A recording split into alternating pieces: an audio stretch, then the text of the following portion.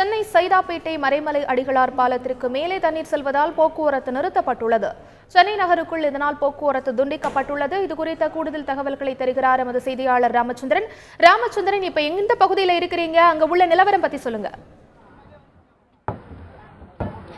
மைதிலி, நான் நிற்கக்கூடிய பகுதியானது சென்னை சைதாப்பேட்டையில் உள்ள மறைமலை அடிகளார் பாலம். இந்த பகுதிகளில் வரக்கூடிய அந்த வெள்ளமானது தற்பொழுது சாலையின் ஒரு பகுதி தற்பொழுது தேங்கி நிற்கக்கூடிய அந்த நேரடி காட்சிகளை பார்த்து கொண்டிருக்கிறீர்கள். அடையாறு ஆற்றில் வரக்கூடிய வெள்ளமானது தடுப்புகளை தாண்டி சாலையின், அதாவது கிண்டியில் இருந்து சைதாப்பேட்டை கூடிய செல்லக்கூடிய அந்த சாலையில் தற்பொழுது அந்த வெள்ள நீரானது தேங்கி நின்று கொண்டிருக்கிறது.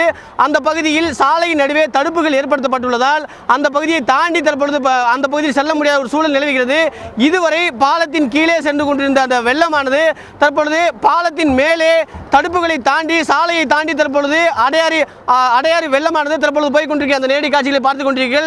இந்த பகுதியில் தற்பொழுது இருக்கக்கூடிய ஒரு சில மரங்களும் மூழ்கக்கூடிய சூழ்நிலை நிலவுகிறது. இந்த பகுதியில் இருக்கக்கூடிய குடிசைகள் அனைத்துமே தற்பொழுது காணாமல் போய்விட்டது.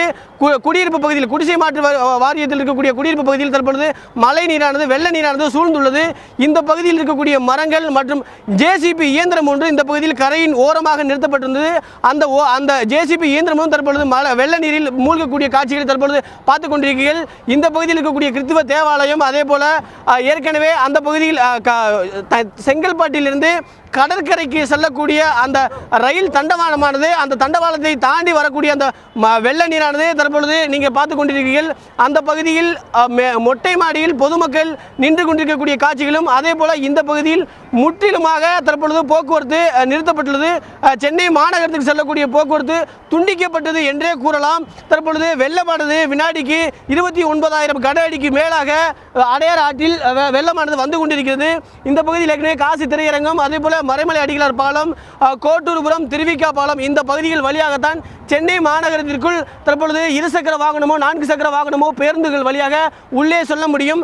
அந்த பாதை முழுவதுமாக துண்டிக்கப்பட்டுள்ளது. தற்பொழுது கிண்டி மற்றும் புறநகர் மீனம்பாக்கம் விமான நிலையம், நந்தம்பாக்கம் இந்த பகுதியிலிருந்து சென்னை மாநகரத்துக்கு சைதாப்பேட்டை, நந்தனம், அண்ணா சாலை போன்ற பகுதிகளுக்கு எந்த பகுதியுமே செல்ல முடியாத ஒரு சூழல் நிலவுகிறது. இப்போ அந்த ஏற்பட்டுள்ள வெள்ளமானது அடையாறு ஆற்றின் கரையை மேலே சென்று கொண்டிருக்கிறது. அது மட்டுமல்லாமல் வெள்ள நீரானது மாநகரத்தை நோக்கி செல்லக்கூடிய அந்த காட்சிகளையும் தற்பொழுது நீங்கள் பார்த்து கொண்டிருக்கிறீர்கள்.